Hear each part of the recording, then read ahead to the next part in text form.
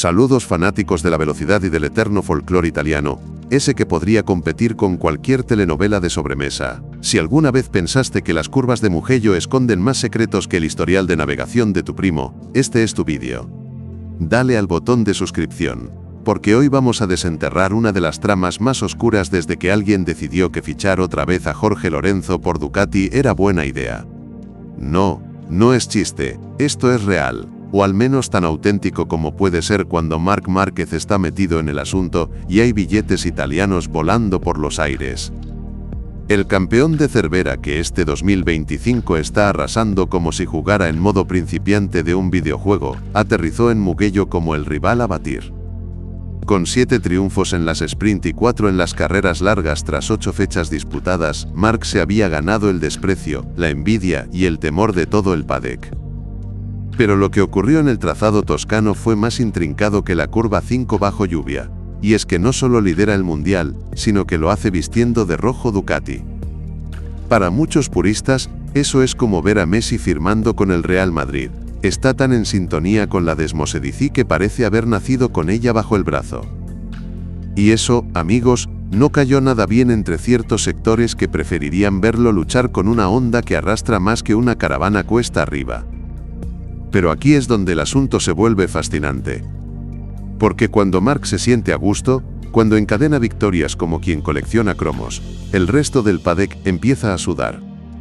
Y en Italia, tierra santa para los tifosi y hogar de Pecco Bagnaia, había quienes pensaban que ya era momento de ponerle un alto al dominio del español. Se empezaba a gestar una campaña clandestina, una operación silenciosa con el objetivo de enturbiar el brillante momento de Márquez. La trama comienza días antes del GP. Márquez llegaba sabiendo que pisaba terreno hostil. Liderar el campeonato con una Ducati, y además con su hermano Alex en segunda posición, era demasiado para algunos. En el ambiente se respiraba tensión, y los rumores empezaron a moverse con la ligereza de la pasta fresca en manos de una nona. ¿Cómo frenar a Márquez sin levantar demasiadas sospechas? Reuniones discretas, cuchicheos en los hospitality y planes no tan sutiles comenzaron a rondar el paddock. Había mecánicos que lanzaban miradas afiladas hacia el box de Ducati, mientras el catalán se preparaba con una sonrisa de oreja a oreja, más feliz que un niño con su primera bicicleta. Pero no todos estaban encantados con el nuevo orden. Los nostálgicos de Honda sufrían con cada victoria de su exestrella. Los más tradicionales de Ducati deseaban ver a un italiano como Bagnala triunfar en casa, no a un forastero que había llegado y se había adueñado del castillo. Y los medios, fieles a su estilo, empezaron a publicar insinuaciones disfrazadas de análisis. Que si la moto era demasiado buena, que si había componentes no homologados, que si todo era sospechosamente perfecto.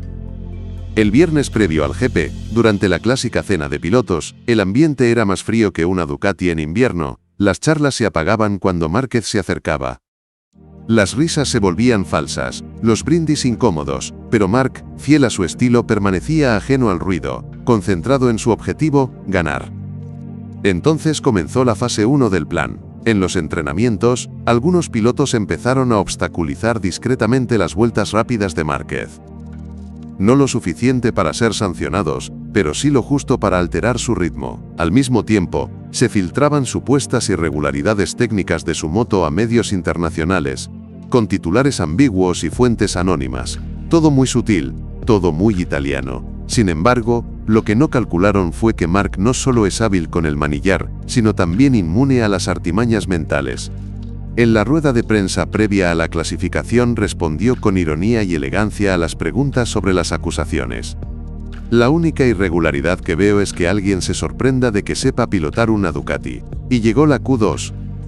En lugar de derrumbarse, el de Cervera salió a pista con la concentración de un francotirador.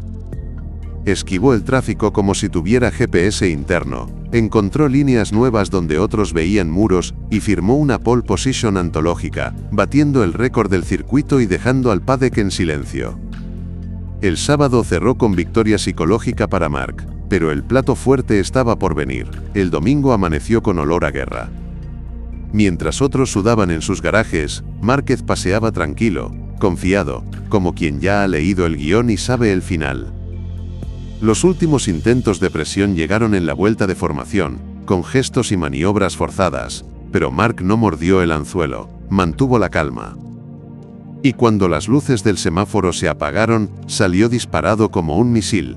Desde la primera curva, quedó claro que nadie iba a arrebatarle ese GP. Fue una exhibición de control, agresividad y concentración. Cada vuelta era una bofetada al plan de sabotaje, cada adelantamiento, una lección de pilotaje. Al cruzar la meta, no solo ganó la carrera, derrotó una conspiración. En Mugello, territorio hostil, Marc Márquez demostró que los grandes no se achican ante la presión. La Operación Toscana quedó expuesta, desmantelada por el talento de un piloto que no necesita excusas. Solo necesita una moto, un circuito y un objetivo claro: ganar. Y a los que intentaron pararlo, les dejó un mensaje grabado en cada curva: conspirad lo que queráis, aquí manda el 93. Aquella fue su forma sutil de decir: podéis seguir intentándolo, no servirá de nada. En ese escenario, las únicas leyes que realmente cuentan son las de la física y las del talento, y en ambos terrenos, Márquez es insuperable. Tras semejante despliegue de superioridad absoluta, llegó el momento más sabroso de todo el relato. Observar cómo los artífices de la conjura intentaban justificar lo injustificable. Era como presenciar a un grupo de ilusionistas aficionados tratando de explicar por qué su acto para desaparecer a David Copperfield no solo falló, sino que acabó tragándolos a ellos mismos. Las ruedas de prensa posteriores a la carrera se convirtieron en un desfile de excusas más variado que una carta de trattoria napolitana. Los más puristas de Ducati intentaron salvar los restos de su dignidad. Ha tenido suerte, afirmaba uno de los técnicos veteranos con la misma seguridad que si hubiera dicho que el fuego congela. La moto estaba perfectamente ajustada para hoy, añadía otro, olvidando convenientemente que esas condiciones eran iguales para todos los pilotos. Pero las joyas del absurdo llegaron con las declaraciones de algunos corredores implicados en la operación. Uno, cuyo nombre omitiremos por respeto pero rima sospechosamente con Fabio Suertaro, insinuó que Marc se beneficiaba de una ventaja aerodinámica ilegal. Su moto corta el aire distinto, dijo con la solemnidad de un físico hablando de agujeros negros, pero no supo explicar por qué ningún otro Ducati replicó su rendimiento. Mientras tanto, algunos mecánicos recurrían al eterno comodín: los neumáticos. Michelin debería revisar los compuestos, murmuró uno, ignorando que Marc usó las mismas gomas que los demás. Culpar a las ruedas era como echarle la culpa al balón porque Messi mete más goles, sin base pero útil cuando se carece de argumentos sólidos. La prensa italiana, que había sido una de las columnas vertebrales del Plan Toscana, tuvo que hacer un malabarismo mediático digno del Cirque du Soleil, para explicar por qué sus fuentes eran tan reales como un billete de 3 euros. Algunos incluso insinuaron que Márquez había fingido estar a medio gas toda la semana para dar el zarpazo el domingo. Era una teoría más apropiada para una novela de espías que una competición seria. Y entonces habló el estratega, ese personaje en la sombra que había coordinado buena parte del complot. En una entrevista concedida a un portal menor, declaró: Marc Márquez es un fenómeno que no responde a las leyes normales del motociclismo. Fue su forma elegante de reconocer el desastre, aunque envuelta en un lenguaje tan grandilocuente que parecía que hablaba de relatividad cuántica. Los aficionados más radicales, esos tifosi que vieron la victoria de Márquez como una ofensa nacional, tuvieron que tragarse su orgullo con cucharones. Algunos, tras varios vasos de Chianti, musitaron: quizás lo subestimamos, este tío no es normal. Uno añadió: pilota como si tuviera un pacto con algún ente divino que entiende de motores. Mientras todos buscaban explicaciones enredadas para lo que, en realidad, era simple, Marc se limitó a sonreír con la calma de quien sabe que ha dado una lección magistral. Ha sido un fin de semana interesante, dijo con su habitual ironía. Era su forma de recordar que ni la conspiración más elaborada vale nada cuando se demuestra en la pista quién manda. El PADEC quedó en silencio.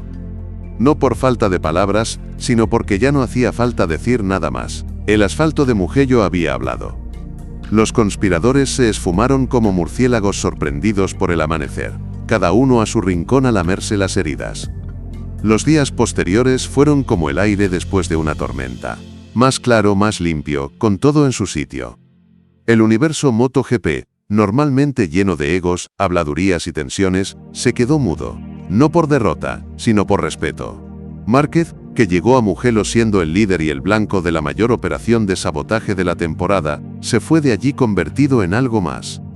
En leyenda, las cifras eran elocuentes: 8 triunfos en las carreras cortas, 5 en las largas, y una diferencia de 45 puntos en el campeonato. Pero más allá de los números, lo que se vivió fue algo sobrenatural. La prensa mundial bautizó lo ocurrido como el efecto Mugello. No era solo que resistiera el ataque, lo usó como combustible. Las revistas compitieron por coronarlo con metáforas. El emperador de las curvas, el gladiador del asfalto, el mago que hace trucos a 350 km por hora. Los equipos rivales, que habían invertido más energía en sabotear que en evolucionar, tuvieron que mirarse al espejo. Honda, viendo a su expiloto brillar con Ducati, anunció una reforma estructural.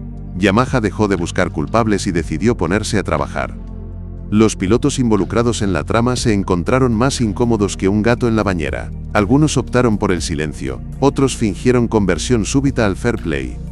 Y los tifosi que empezaron silbando terminaron ovacionando. Aplaudieron a Márquez desde Mugello hasta Roma. Fue el tipo de aplauso que se reserva a los elegidos.